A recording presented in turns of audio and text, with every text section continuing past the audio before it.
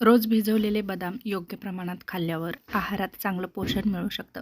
बदामामध्ये प्रथिने, चांगले fat, fibre, magnesium, vitamin E आणि इतर सूक्ष्म घटक असतात. भिजवलेले बदाम खाण्याचे प्रमुख फायदे म्हणजे मेंदूच्या आरोग्यासाठी मदत होते. बदामातील व्हिटॅमिन ई, चांगलं फॅट आणि इतर पोषक घटक मेंदूच्या आरोग्यासाठी उपयुक्त ठरतात. नियमित संतुलित आहाराचा भाग म्हणून ते स्मरणशक्ती आणि एकाग्रता वाढवतात. हृदयासाठी चांगलं आहे.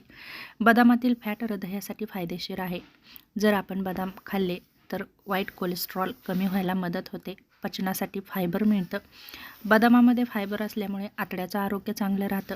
बदामासोबत पुरेसं पाणी, भाज्या, फळे घेतली तर बद्धकोष्ठता कमी होण्यास मदत होते. भूक नियंत्रणामध्ये राहण्यास मदत होते. बदामामधील प्रथिने, फायबर, फॅट यामुळे पोट भरल्यासारखं वाटतं. त्यामुळे मधल्या वेळेत अनावश्यक खाणं आपल्या पोटामध्ये जात नाही. रक्तातील साखर नियंत्रणामध्ये राहते. फायबर, फॅट, प्रथिने चांगले मिळतात. संतुलित आहार होतो आणि बदाम त्वचेसाठी पोषक आहे. व्हिटॅमिन ई हे अँटीऑक्सिडंट आहे. त्यामुळे त्वचेच्या पेशींना ऑक्सिडेटिव्ह नुकसानापासून संरक्षण देतं. हाडे आणि स्नायूंसाठी उपयोगी आहे. बदामामध्ये मॅग्नेशियम, कॅल्शियम आणि प्रथिने असतात. हे पोषक घटक हाडे आणि स्नायूच्या सामान्य कार्यासाठी महत्त्वाचे आहेत. ऊर्जा मिळवण्यासाठी मदत करतात.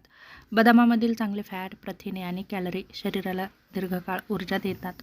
अँटीऑक्सिडंट मिळतात. बदामातील व्हिटॅमिन ई आणि इतर वनस्पतीजन्य घटक शरीरातील ऑक्सिडेटिव्ह ताण कमी करण्यासाठी मदत करतात. आहाराची गुणवत्ता सुधारते.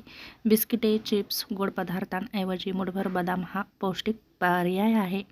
भिजवून खाणं आवश्यक आहे का? तर तसं काही नाही. बदाम भिजवून खाल्ले तरी काही लोकांना मऊ झाल्यामुळे चावायला मदत होते आणि साल काढून जरी खाल्लं तरीही त्यातून फायबर आणि वनस्पतीजन्य घटक मिळतातच.